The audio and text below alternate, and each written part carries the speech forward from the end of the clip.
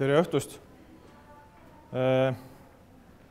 Väga hea meel on selle üle, et meie 4. kvartali läbi ajaloo kõige paremad tulemused on toonud ka siia otse laivis kuulama kõige rohkem inimesi, et registreerunud peaks olema täna 60 ja umbes sama palju on kohal ka, et meil aktsionäride üldkoosolekul, mis oli eelmine aasta esimene, käis, ma ütlen peas suurusjärguna 150 inimest, nii et selles suhtes päris poolt siin kohal ei ole, aga ühe kvartali aruande mõttes on see äärmiselt meeldiv, et omanikud oma vara eest ikkagi seisavad.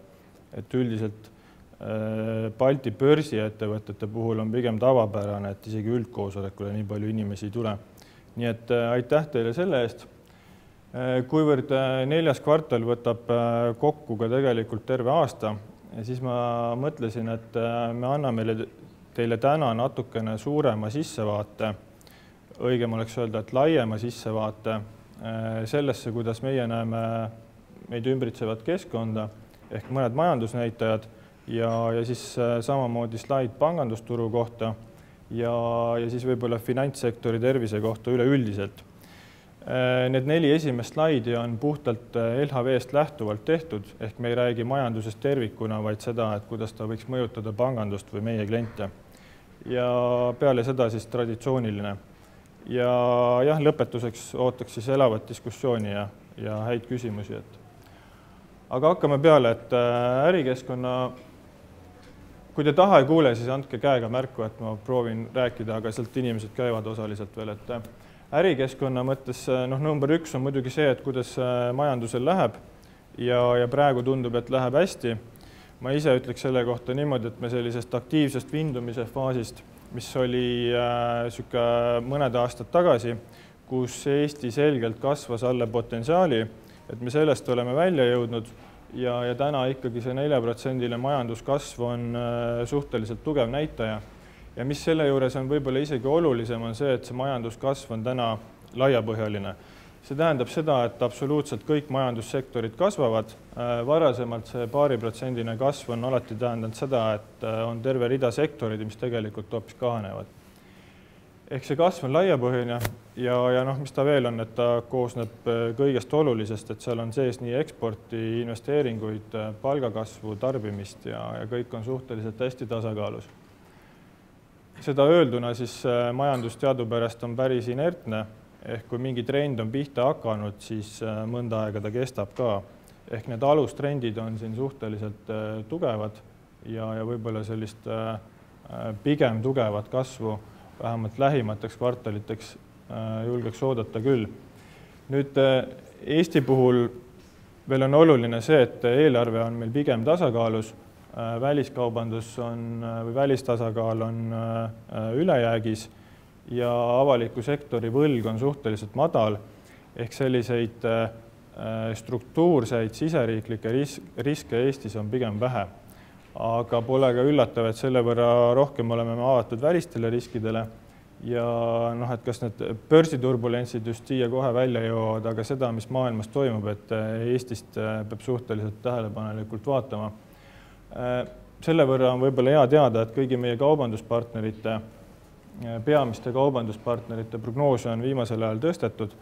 See oranž tulp siin on, see oranž tulp näitab siin viimast prognoosi ja siis õigemini eelviimast ja roheline siis IMF-i uuendatud ehk kehtivat prognoosi. Ja kui Rootsi välja arvata, kus tase jäi samaks, siis absoluutselt kõigi teiste puhul on neid prognoose tõstetud. Sealhulgas euroala kasvab juba eelduste kohaselt üle 2% aastas, mis on tegelikult euroala kohta just siin viimase 10 aasta kontekstis ikkagi päris arvestatav kasv. Nüüd, mis panga poolt vaadates on oluline ja tegelikult pensionifondide poolt ka, kuivõrd pensionifondid ikkagi Eesti ettevõtteid ja investeeringuid on järjest enam toetamas, siis see tulp siin. Et ettevõtete investeeringud vähenesid 4 aastat jutti, hoolimata sellest, et meil on tegelikult suhteliselt jupp aega olnud päris okei, kui vaadata linnapilti ja restoranide täituvust ja kõike muud. Ja nüüd see on hakanud tõusma. Ja võib-olla veelgi olulisem on see, et kuigi palgakasv on olnud kogu aeg täiesti arvestatavas tempos, siis tootlikkus ehk see puhaskasum ühe töötaja kohta on mitu aastat langenud ja välja arvatud siis nüüd viimasel aastal, kus ta sisuliselt on jõudnud rekordini. Ehk et seesama laiapõhjalisus kehtib siin ka, et palgad kasvavad, aga sellest hoolimata ettevõtted on järjest tootlikumad ja nad suudavad selle võrra rohkem investeerida. See on muidugi muna ja kana küsimus, et investeeringud ise lisavad efektiivsust ja efektiivsus toodab kasumit ja selle pealt on jälle hea investeerida. Aga meil on see suhteliselt oluline graafik, sest just selle pealt on võimalik nagu aru saada, et millised laenumahu kasvud võiksid ees oodata. Nüüd liikudes natukene pangandusele lähemale, siis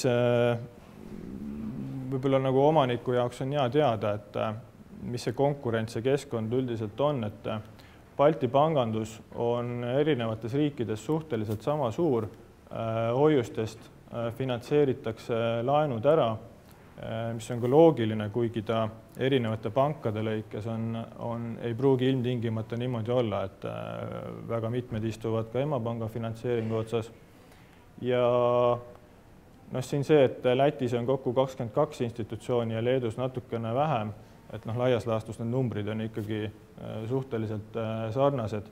Ja siin all on siis põhimõtteliselt 5-6 pangandusgruppi, kes siis on ülebaltiliselt tegutsevad.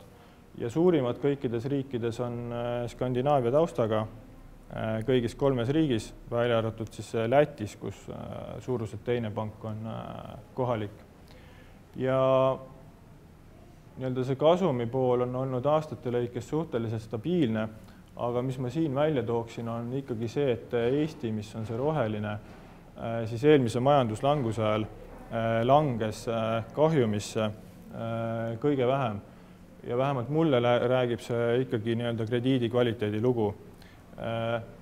Kusjuures siin tegelikult isegi seda tulpa vaadates ja võrreldes 2011, siis need allahindlused, mis siin tehti, keerati 2011 sisuliselt tagasi. Ehk et laias laastus võib öelda, et kui vaadata tagantjärgi, siis Eesti pangandus läbi selle 10 aasta taguse kriisi tuli ikkagi suures osas kahjudeta.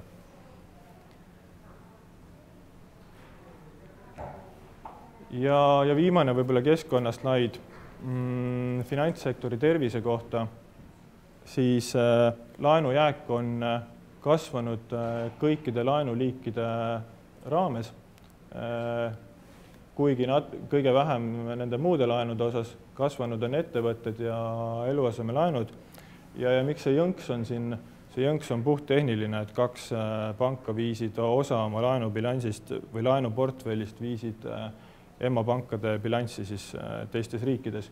Ehk et kui see välja arvata, siis tegelikult see laenu kasv on täiesti arvestatav.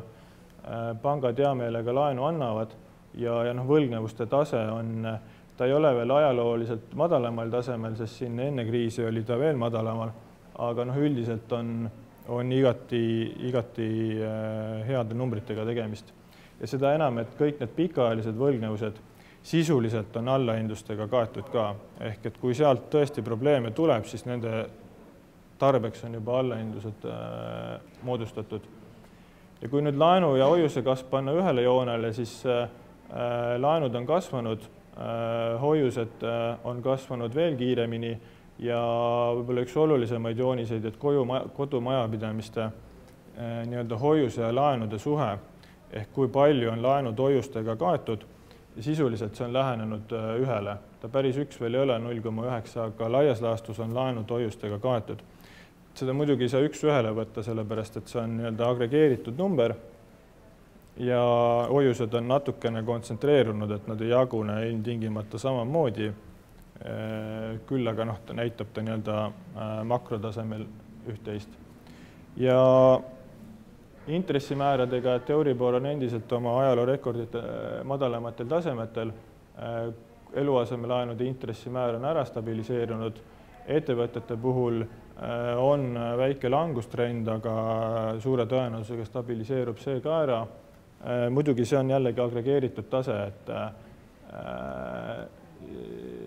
siin on sees ka hästi suured ja igasugused sündikaatlaenud, mille intressimäär on põhimõtteliselt madalam. Nii et kui kõiki neid 4 slaidi kokku võtta, siis see keskkond on, ma julgeks öelda, et viimase 10 aasta parim. Muidugi parima keskkonna probleem on tihti see, et kuhu edasi. Aga kuhu edasi ei tähenda seda, et tippudest kohe peab ilmtingimata alla kukkuma, vaid väga vabalt võib olla selline platoo ka, mis natukene hoiab ennast. Ja ma arvan, et see võib olla täiesti arvestatava tõenäosusega just nimelt sellepärast, et kogu need majandustrendid, mis natukene on nüüd väga pikkade aastate jooksul tänasesse päeva välja mänginud, et neil on teatav inertsus sees. Aga veel kord, et maailmale oleme me avatud ja seda, mis mujal toimub, peab ka vaatama. Nii. Aga nüüd liikudes LHV majandustulemuste peale, siis 4. kvartal, nagu öeldud, oli meil hästi meeldiv. Ka nii-öelda LHV siseselt on meil mitmed tugevad trendid, millega me purjetame uude aastasse ja võib-olla alustades sellest, et mis on nii-öelda klientide jaoks kõige olulisemad. Ma tõin lihtsalt seekord välja mõned sellised numbrid illustreerimaks, et mida me oleme teinud, et näiteks videotuvastuste arv täna on tõusnud kõikidest kliendilepingutest umbes 5%-ni. Kas seda on palju või vähe, arvestades, et me sisuliselt oleme seda 2 kvartalit või isegi natukene vähem pakkunud ja tegelikult enne olid videotuvastusega sõlmitud kliendilepingutel ka mingisugused ülekandepiirangud peal. Täna neid piiranguid ei ole, ehk ma arvan, et tegemist on täiesti reaalse mugavustootega, kus klient saab tulla LHV kliendiks absoluutselt kodust lahkumata ja peagi ka läbi telefoni tõenäoliselt. Ehk kui sul selline otsus tuleb, te võite oma perekonnaliikmete ja sugulaste peal testida, kui kellelgi otsus tuleb, siis näidake ette ja aidake järgi, aga igal juhul kodus diivanil on võimalik seda praegu küll arvuti teel, aga varsti äkki ka telefoni teel teha. Nüüd mobiilipanga sisselogimiste arv on tõusnud meil ligi 1,5 miljonini. Miks ma selle välja tõin, on see, et ta on kvartaliga kasvanud rohkem kui 200 000 ja nii nagu teie kasutate, meie arendame, nii nagu meie arendame, siis te loodetavasti rohkem kasutate ka, et ma ise väga loodan, et see kanal järjest rohkem nii-öelda vedu võtab ja te seda järjest enam kasutate. Nüüd LHV Connectil, mis on nii-öelda ettevõtte poolt vaadatuna oma majandustarkvara ühendamine, siis LHV kontodega oli täitus 1000 liidestust. Väga hea toode ettevõtetele ja mul on hea meel, et see ka kasvu näitab.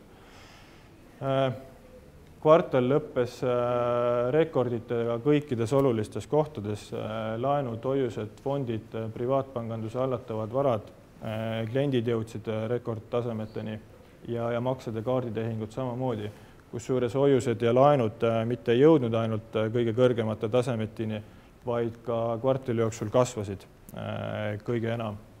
Nüüd pensionifondide Joel peatub pikemalt, aga me ei häbene investeerida ka konkurentidesse, mida tugevam on sektor ise, ma arvan, et seda rohkem sellest võidetakse ja siin mingisugust nagu probleemi me ei näe, et kui võimalusi pakutakse, teeme ka tulevikus. Ja tulekul on siis puhtalt Eesti-põhine aktiivselt juhitud pensionifond, et Joel paar sõna sellest ka ilmselt räägib. Tõin seekord eraldi välja ka Moki liisingase, kuivõrd 4. kvartal tõi sinna päris palju muudatusi. Me oleme seal teinud juhatuses muudatusi ja tegelikult päris mitme võtmetöötaja puhul samamoodi. See on näiteks turundusjuht, juriidilise osakonna juht, IT-juht ja mõned inimesed veel. Ehk see organisatsioon, ma julgeks täna öelda, on küll suhteliselt rohkem LHV nägu, kui ta võib-olla mõned aastad tagasi või mõni aeg tagasi oli. Uus meeskond peaks tekitama ka uusi kasvuallikaid, mida me sisuliselt oleme juba näinud.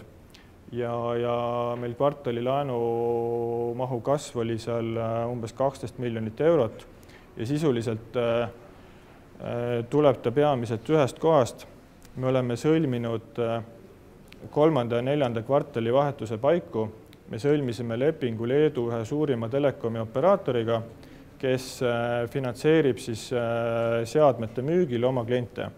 Ta teeb seda ise ja meie ostame siis regulaarselt iga kuu talt need portfellid ära. Ta ise finantseerib, meie ostame portfellid ära. Alguses oli see leping Leedu-põhine ja nüüd, kui ma detsembris alustasime ka sama operaatoriga Läti-põhiselt. Ja need portfellid, mida kuu jooksul soetatakse, on umbes vahemikus Leedus 1,5 kuni 2 miljonit või kuni 2,5 ja Lätis suurusjärk on umbes sama. Ehk me kuu peale saame Lätist ja Leedust kokku umbes 3-4 miljonit eurot kasvu. Ta küll on hästi volatiilne ja sõltub kampaaniatest ja pühadest ja nii edasi. Ehk see ei ole lubadus, see on selline mõistlik prognoos. Nii et MOK-i puhul me näeme seda kasvu lähimate kvartalite jooksul samamoodi. Need raamlepingud on seal paariaastased. Ja erakorralised tulud siis 4. kvartal oli 3 olulist kohta, et esiteks me müüsime oma mahakantud portfelle, mis bilansis enam arvel polnud, saime sealt tulu. Siis samamoodi me vähendasime allahindlusi, kuna krediidiportfell on olnud tegelikult oodatust või siis mudelipõhistest allahindlustest oluliselt tugevam ja me saime osa allahindlusi nii-öelda tagasi vähendada. Ja kolmas oli see, et MOK-i liisingas ei olnud veel üle läinud efektiivsele intressimäära arvestusele, raamatupidamislikult tehniline, aga sellele üleminek tõi ka ühekordse efekti. Muudest teemadest Erki peatub nii Ühendkuningriigi filiaalil kui ka võib-olla süsteemselt olulisel pangal ühe lausega. Ja viimast korda siis loodetavasti need IFRS-i teemad, lihtsalt need kaks on nii olulised, et järgmiste kvartalite ja tuleviku aruannete lugemisel mainin viimast korda ära, et IFRS 9 oli siis mõju allahindlustele. See projekt enam-vähem kestis 1,5 aastat, tehti väga head tööd ja sisuliselt on allahindluste arvestamine uue regulatsiooni alusel hoopis teistsugune. Ja see võttis aega, täna me oleme selle ära teinud. Mõju on ka selge, mõju jääb jaanuarisse ja ütleme, et suures pildis on sisuliselt marginaalne, aga midagi tuleb allahindlustele juurde. Et seal kuni mõned 100 000, aga ta on ühekordne efekt peale kogu allahindluste, kogu grupi allahindluste metoodika muudatusi.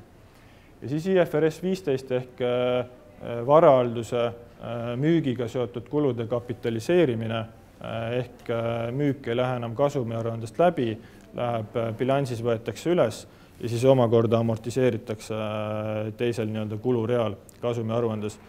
Kuna me müüme rohkem ja siis võtame selle bilanssi üles, kui me ära amortiseerime, sest see on kasuliku eluea peale ja see periood on pikem, siis selle mõju kasumile puht raamatupidamislikult on nüüd lähitulevikus positiivne. Ühel hetkel need efektid jõuavad nagu samasse punkti, aga järgmiste kvartalite, isegi aastate mõttes on see mõju positiivne. Ma liigun edasi numbrite peale. Ja intressitulu suurenes. Hea meel on selle üle, et me tegelikult oleme jõudnud tagasi ka teenustasude osas kõige kõrgemale tasemele. See auk siin korraks oli, aga üldiselt on see trend taastunud ja ta tõenäoliselt püsib ka edaspidi. Siin peamiselt on sees varahaldusega, valuutade ja väärtpaberitega seotud teenustasud, aga sisse mahub muid asju ka just netotasemel, et muidu seal on kaardid ja muud ka, aga nende vastu on kulu enam-vähem sama palju. Siis, mis ma veel ütlen, et laenude allahindlus, seesama teema, et me natuke pöörasime tagasi, kuna MOK-ist see arvestatav laenude allahindluse tagasipööramine tuli ja tulumaksukulu on siis seotud selle sama Leedu MOK-i liisingase kasumiga. Krediidiportfell püsib meil sisuliselt ikkagi tugev, küll aga tegeleme me endiselt nende 2 kliendiga, kellest me oleme varem maininud ka, ja kes on käinud allahindlustega nii-öelda varasematest kvartali aruannetest läbi ka. Ja mis ma lihtsalt ütlen, on see, et igasugune allahindlus, kui see tehakse, siis see on selle hetke parim teadmine ja parim tõenäosus. Nii et ma lihtsalt ennetan osa nendest küsimustest ja ma foorumist ka täna hommikul lugesin, et seal neid oli küsida, et ei ole mõistlik mõõta allahindlusi laenujäägi vastu, teadmata, mis on konkreetsete kohtade struktuur, tagatised ja nii edasi. Et kui me allahindlusi teeme, siis parima ja tõenäolisema teadmise järgi. Ja seesama asi, et kõik ärimahud on rekordtasemetel, puhaskasum samamoodi, kulu-tulu suhte trend on hea ja ROE siis tänu madalatele allahindlustele oli 4. kvartalis ligi 20%. Võrdlus finantsplaaniga, et aasta on läbi, finantsplaani me veebruari alguses avaldasime, me ei ole pidanud sinna korrektuure aasta jooksul tegema, kuigi see struktuur, kuidas kasum tuli, mõnevõrra erines, et me jäime maha intressituludes, peamiselt väikefinantseerimisega seotud tulud, teenustasudega edestasime, oluline võit tuli allahindluste pealt, aga seda ma ütlesin eelmisel aastal ja uuel aastal samamoodi, et allahindluste prognoosimine ongi selline rida, mis tegelikkusest kõige rohkem võib nii-öelda erineda. Ja et konsolideeritud kasumi osas me edestasime plaani 400 000 euro võrra ja aktsionäride osas, mis võib-olla tegelikult, olgem ausad, on olulisem, jäime me napilt alla, aga 20 miljoni kasumi vastu, ma julgeks öelda, et tegemist on ikkagi veapiiriga. Et sisuliselt finantsplaan sai täidetud ja samamoodi etteruttavalt öeldes, et meil ei ole mitte, ka seda sai eelmisel aastal öelda, et me sellist Apple'i strateegiat ei kasuta, et finantsplaan ei ole mitte hästi suureks ületamiseks, vaid täpsuses on oma võlu, et üritame ka edaspidi teha võimalikult täpseid plaane. Ja detsember ise ka, et mitte ainult kvartal ei lõppenud, vaid detsember lõppes ka rekordtasemetel.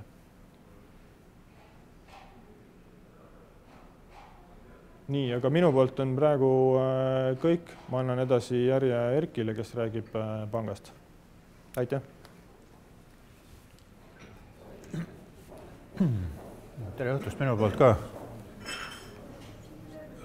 Nagu Madis juba ütles, siis kolmas või 4. kvartal oli panga jaoks väga hea ja aasta lõppes kõikides ärimahtudes uute rekordtasemetega. Väga hea meel on selle üle, et kui aasta peale tagasi vaadates meil tuli rohkem kui 20 000 uut klienti LHV panka. Me tegime maksete arvus uue rekordi, maksete arv kasvas meil aasta jooksul 5 korda ja mahuliselt me tegime siis üle 30 miljardi euro eest makseid. Kaardimaksed kasvasid peaaegu 2 korda ja kaardimaksete vastuvõtmine ehk siis need terminalid ja internetikaubandus kasvas ka päris mitu korda.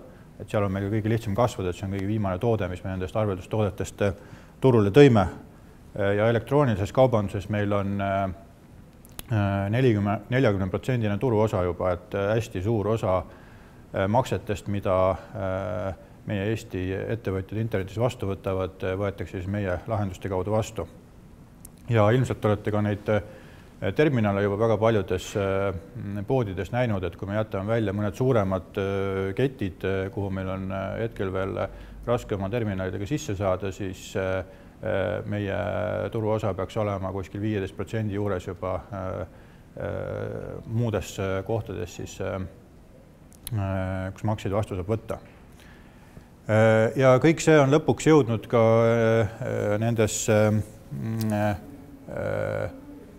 kahte suuremasse ärimahtu siis hoiustesse ja laenudesse, meie klientide aktiivsus.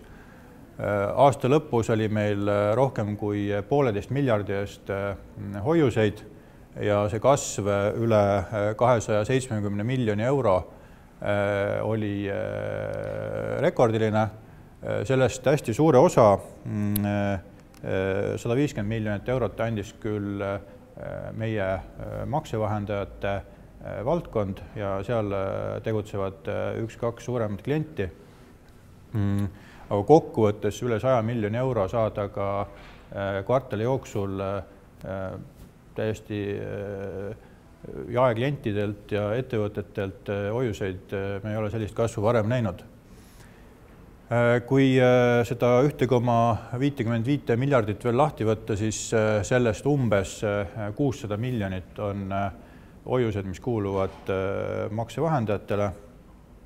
Enamus sellest summast on meil ka hinnastatud niimoodi, et me teenime selle pealt, et selle kontojäägi eest makstakse meile siis nende klientide poolt ka raha.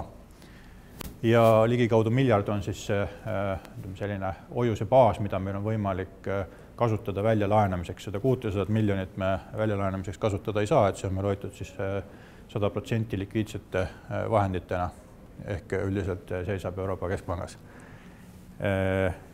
Nii, ja laenudest aasta lõpuks jõudsime siis oma laenuportfelliga üle 700 miljoni euro.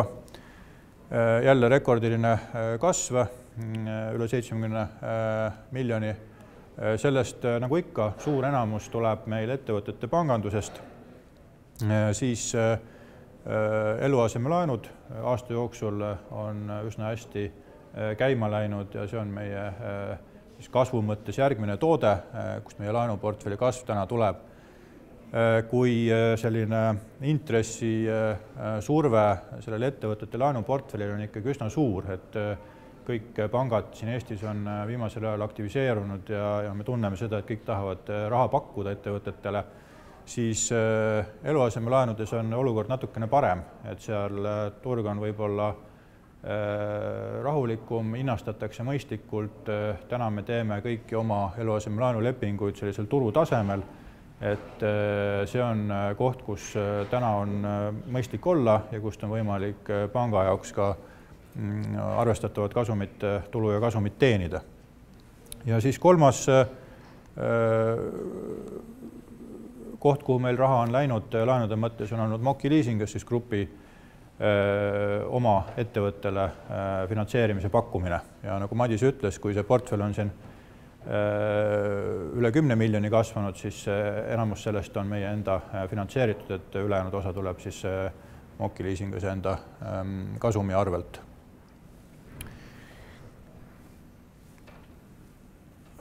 Neljanda kvartali tulemused kokkuvõttes, kui vaadata intressitulu, siis see kasvas võrreldes eelmise kvartaliga. Teenustasutulud mõnevõrra vähenesid, aga meil oli kolmandas kvartalis ka selliseid erakordseid tehinguid, kust meil õnnestus teenustasutulu natukene rohkem teenida ja kust tuli kõige suurem langus on siis muud tulud, eelkõige siis finantstulud, et võlakirjaportfell ja valuutavahetustulud, et need meil neljandas kvartalis olid väiksemad ja sealt me tegelikult tegime miinust isegi mitte plussi selles kvartalis. Samas hea meel on selle üle, et kui tavaliselt aasta lõpus või vähemalt viimases kvartalis, viimasel kuul toimub selline kulude hüpe tavaliselt finantssektoris, siis meil seda teist aastat järjest ei olnud. Me oleme suutnud oma kulud suhteliselt ühtlaselt ikkagi ära jagada ja aasta lõpus sellist nagu kadumata arvete korjamist aasta aruandesse meil ei eksisteeri nii väga. Nii et kokkuvõttes selline 370 000 eurone kasv kvartalis on pigem meil tavapärane kasv siis kulude mõttes. Ja laenu provisjonide osas oli samamoodi väga hea kvartal. Enamus sellest 500 miljonist eurost, mis me laenude allahindlusi juurde tegime, on seotud ikkagi laenuportfelli kasvuga, mitte sellega, et siin oleks üksikutele klientidele spetsiifilisi allahindlusi olnud vaja teha. Et see summa on siin tulnud laenuportfelli kasvust. Ja Kokkuvõttes jäi meil siis 4. kvartali kasum enam-vähem sama taseme juurde, kus ta oli 3. kvartalis, aga et ma siit tooksingi välja selle, et me muude finantstuludega 4. kvartalis tegime pigem miinust kui plussi. Ärimahtudest täpselt need samad numbrid nüüd siin ka näha, et kvartali jooksul üle 6000 uue kliendi ja laenuportfelli kasv 72 miljonit ja hoiuste kasvis 270 miljonit. Aasta kokkuvõttes võrreldes finantsplaaniga, kui grupp tervikuna tegi täpsemalt oma tulemused vastavalt plaanile, siis pangal jäi natukene seda volatiilsust siia rohkem sisse, et iga rea osas olid meil need erinevused natuke suuremad kui grupis tervikuna. Et kui vaadata intressitulu, siis intressitulus me jäime tegelikult 2 miljoniga oma plaanile alla ja kõige suurem põhjus selles on eelmise aasta alguses, esimeses kvartalis, kus meil laenumahud kasvasid väga vähe ja me ei saanud intressitulu teenitud alates esimesest kvartalist, kõik see, mis puudu jäi, see kandus ka aasta jooksul edasi, nii et see mahajäämus, mis sealt tekkis, see on siin näha ja nii nagu ma ennist ütlesin, siis tegelikult see surve intressidele ettevõtete laenude puhul on turul jätkuvalt olemas ja teha tuleb mõistlikke asju mõistliku hinnataseme juures. Teenustasu tulusid õnnestus meil rohkem teenida, siin suur osa on kindlasti ka sellel maksevahendajate ärisuunal, kus me aasta alguses ei osanud ette näha, et meil nii hästi läheb. Eks nende klientidega on alati see, et kunagi ei tea, milline klient nendest, keda me siin kliendiks võtame, aasta, 2 või 3 jooksul suureks kasvab. Et iga aasta meil üks selline klient on tekkinud, aga neid ette planeerida on väga raske, et me võime siin 10 klienti vastu võtta, võib-olla ükski nendest ei saagi oma äri lendama, siis järgmised 2 tükki lähevad hästi kiiresti lendu. Ja see on ilmselt ka koht, kust meil siis on võimalik ka edaspidi natukene suuremat tulu saada, kui siiamaani oleme saanud, et sellest siis võiks edasine kasv olla ka osaliselt tulenev. Ja allahindlustega me kokkuvõttes jäime ikkagi enam-vähem plaani piiresse, 300 000, mis me tegime rohkem allahindlusi, kui planeerisime. Sellest siin on juba 2 kvartalit juttu olnud ka, et 2 kliendi puhul me tegime lihtsalt suuremaid allahindlusi ja neid ei olnud planeeritud, neid ei olnud ette näha. Kui neid ei oleks olnud, oleks meil jällegi allahindlused olnud oluliselt väiksemad. Aga elu selline on, et kuskil alati keegi võib mõnel aastal siia allahindluste nimekirja sattuda. Ja plaaniga võrreldes ärimahud olid meil oluliselt suuremad ja kui vaadata nüüd panga kulu-tulu suhet, siis tegelikult siin me jäime täpselt plaanidesse.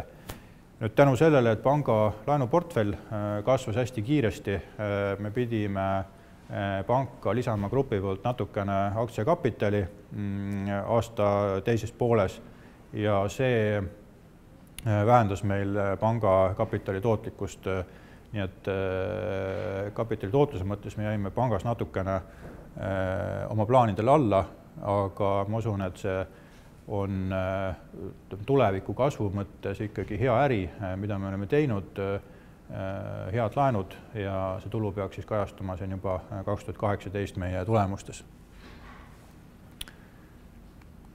Nii, aga nüüd annan Joelile. Aitäh, Erki. Tere õhtust. Varalduse mahud, fondide mahud siis 2017. aastal kasvasid 974 miljoni pealt 1,1 miljardi peale, et sisuliselt siis 13% aastaga.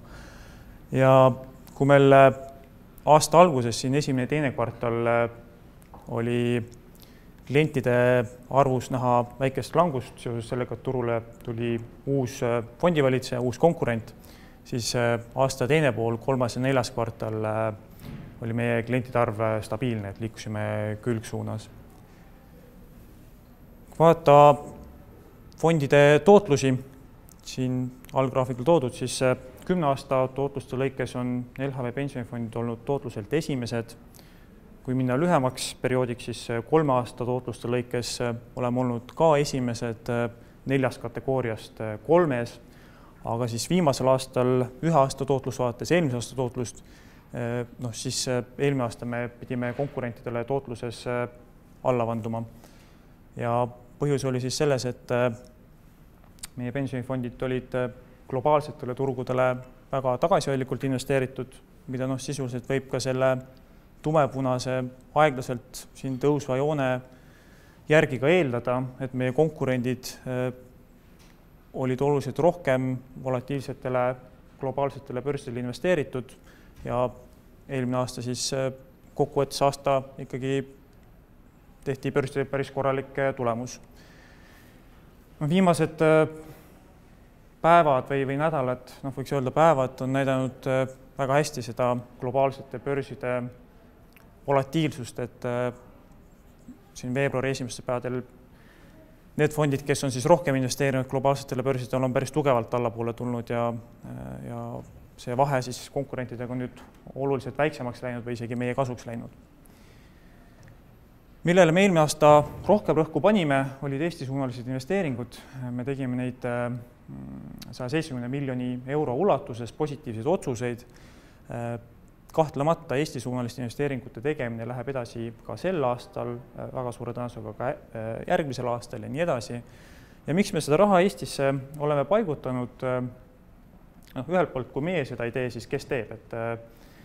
Et me otsime häid riskitulu suhtega investeerimisvõimalusi ja me siit Eestist oleme neid leidnud.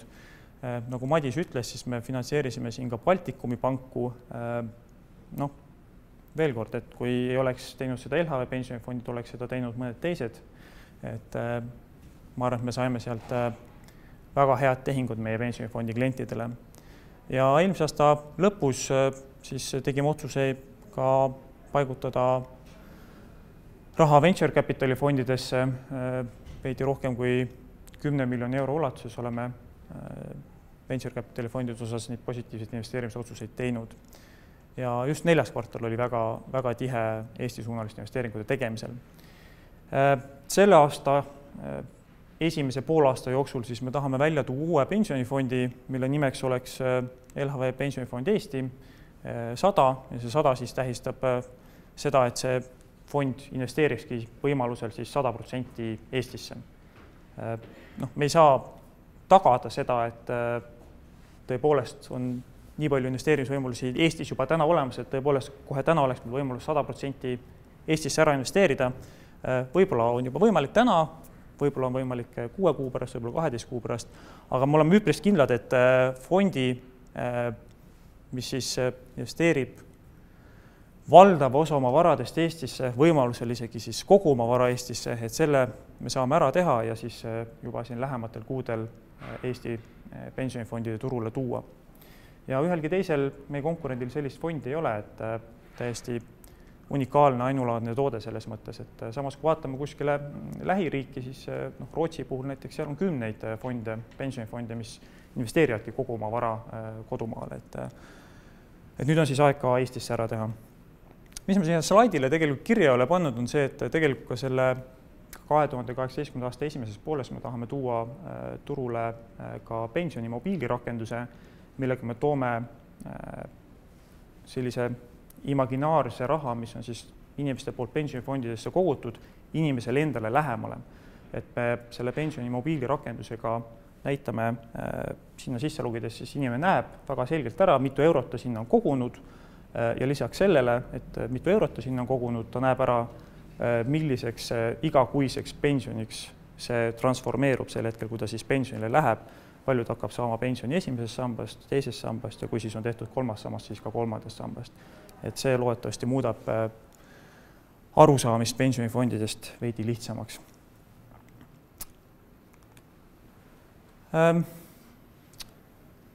tulemuste lõikes 4. kvartali tulemuste osas, kuna fondide mahud kasvasid kokku 35 miljonit eurot 4. kvartalis, siis meie tulud tõusid kuskil 111 000 eurot 3,45 miljoni peale. Kulud jäid meil samaks, mis tähendas seda, et sisuliselt see lisatulu jooksis meile kasumireale. Nii et 4. kvartali kasum oli 1,79 miljonit versus siis 3. kvartali 1,68. Ja 2018. aasta veebruarist alanevad siis LHV pensionifondide tasud keskmiselt 6%. See tuleneb regulatiivsest muudatusest. Iga aasta siis alates veebruarist fonditasud alanevad. Laias laastus aastal 2015 oli Eesti pensionifondide keskmine haldustasu 1,45%, eelmine aasta oli see keskmiselt 1,08% ja siis aastal 2018 saab olema 1,00%. Ja ta iga aasta läheb selles mõttes jupi võrra allapoole. Tänase regulatiivse määruse järgi siis see põhi tuleb ette 0,5% peal. Eks see mõte ongi selles, et mida suuremaks lähevad meie pensionifondide mahud, seda lihtsam peaks olema seda raha ka hallata, ehk tuleb selline mastaabi efekt või nagu siin kirjas ka on, orgaaniline kasv toetab efektiivsuse paranemist. Ja kuigi siis tasud vähenevad 6%, siis fondide mahud kasvavad rohkem ja see siis aitab meil seda kasumlikkust ka suurendada. Võib-olla ka nii palju märgin ära,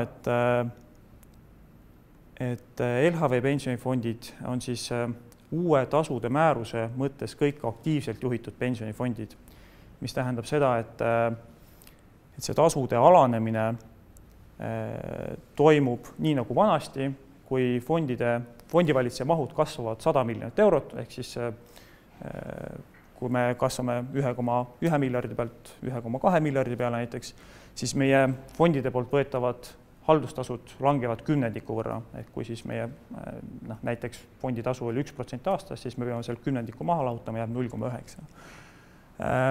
Aga need fondid, kes siis ei ole aktiivselt juhitud fondid, on nii-öelda fondifondid. Antud juhul siis näiteks kõik Luminori fondid on passiivselt juhitud fondid ja siis ka SEB puhul kõik fondid peale nende kõige suurema progressiivse fondi kategoriseeruvad siis passiivselt juhitud fondideks, kus siis ei tule mitte 10% lahutada, vaid tuleb 15% lahutada, ehk siis seal tasude langus toimub veel kiiremini. Ja selleks, et olla aktiivselt juhitud fond, tuleb teha otseinvesteeringuid vähemalt 70% ulatuses, ehk siis maksimaalselt 30% sinu fondide mahust võib olla kas teised fondid, hoiused või raha. Ja viimane slaid varaluse poole pealt, et kokkuvõttes, kui me võrdleme meie tulemust finantsplaaniga, siis see viimane rida näitab, et me 2017. aastal teenisime kasumit 5,8 miljonit eurot ja finantsplaani järgi nägime ette 5,84 miljonit eurot. Laias laastus me saime täpselt selle, mis me aasta aega tagasi siis prognoosisime. Võib-olla veidi nagu ebameeldiv on see, et kuidas see nagu kokku tuli, et tulud jäid meil küll veidi väiksemaks, sest fondide mahud ei kasvanud nii palju, kui me lootsime, aga teistpidi meie tulumaksukulu oli samamoodi väiksem ja see siis kompenseeris selle ära, et kokkuvõttes saime täpselt selle, mis me tahtsime. Ja kui me vaatame nüüd dividendide tulumaksueelset kasumit, siis 2017. aastal versus 2016 see kasvas ikkagi 10%, 6,76 miljonit versus 6,13 miljonit. Et selline korralik kasv. Ja see viimane punkt, mis siin kirjas on, millest Madis paar sõna ka rääkis, prooviks sellega lahti selgitada, sest varaluse puhul tõepoolest on oluline. Nagu teate, siis pensionifondide puhul on põhimõtteliselt 3 hooajakuud, et meil on märts, juuli ja november, kus siis me oleme aktiivselt oma müügimeestega väljas, üritame ära näidata, miks LHV pensionifondid on kõige parem toode, mida turult klient endale saada võiks ja kui klient selle otsuse teeb, siis me loomulikult oma müügiinimestel peame selle pealt tasu maksma ja kui me varasemalt oleme siis kõik need müügikulud võtnud siis ka nii-öelda kuluna arvesse enda kasumiaruandesse, siis alates 2018. aastast IFRS 15 ütleb meil ette, et me peame müügikulud kapitaliseerima vastavalt sellele, milline on kliendi efektiivne eluiga. Ehk need kulud, mis me teeme, me ei tohi neid enam kohe kasumiaruandesse kuluna üles võtta. Me hakkame neid üles võtma väiksemas mahus. Ja arvestame siis sellega, et kui kaua klient meie juures keskmiselt klient on. Ja eelkõige see tähendab seda, et varahalduse kuised tulemused muutuvad oluliselt stabiilsemaks kasumireal. Et ei ole enam seda, et meil märtsis ja juulis ja novembris on suur langus puhaskasumis. Ja jah, nagu Madis ütles, siis selle arvestuslik mõju varahaldusele 2018. ja siis ka järgnevatel päris mitmel aastal on kasumireale positiivne. Ma siin lõpetaks. Aitäh. Ma mainiks ära veel 2-3 teemat, et mul jäi silma, aga me sellest ei rääkinud, on see NIM-i langus ka, mis panga puhul on päris oluline tegur ehk netointressimarginaal ja kui te vaatate seda joont, siis see langus on päris suur, aga lihtsalt, et oleks arusaadav, siis ta meie puhul on natukene arvutuslik, kuivõrd seesama Erki mainitud maksevahendajate konto jääk. Me võtame sealt küll intressi, teise käega paneme selle Euroopa Keskpanka negatiivse määraga, võib-olla kogu selle jäägi pealt see netotulem on niisugune 0% lähedane number, siis see läheb siia NIM-i arvutusse sisse. Ehk et mida suurem on meil maksevahendajate jääk, seda madalam on NIM, ehk see joonis ilmtingimata ei näita meie traditsioonilise laenuportfelli käitumist. Et kui te neid vaatate, siis te oskate arvestada. Nüüd aktsiagraafiku kohta ma väga pikalt ei peatu, et 4. kvartal väga suurt rõõmu selles osas ei pakkunud, aga meie puhul veel kord, et kõige olulisem on vaadata klientide trendi. Kui klient tuleb, siis ta ei hakka automaatselt kohe kõiki teenuseid kasutama, vaid need tulevad ikkagi mingi viitajaga järgi, mis tähendab seda, et tänane klient on võib-olla teenuse kasutaja mingisuguse X aja pärast, ehk et see, et mis meil lühiajaliselt mingisugune number on või et kas ta on vähem või rohkem volatiilne, et mille endale ülemäära tähtis ei ole. Et kliendid on head ja vast see aktsiagraafik selle peale siis õigel ajal reageerib ka. Ja mis siin on juurde lisatud, on see, et oletuslik dividend 2017. aasta eest on 16 senti. Miks ta oletuslik on see, et teatavasti igat dividendi üldkoosolek saab otsustada, et ma siin teie eest kui üldkoosoleku tulevaste osalejate eest otsust tegema ei hakka, aga suure tõenäosusega selline ettepanek üldkoosolekule läheb ja kuna arvutuslikult ta tuleb siis jah niimoodi, et ta on maksudeelne kasum ja tegelikult sealt tuleb maha võtta veel vähemusosalus ja siis see 25% on koos maksudega.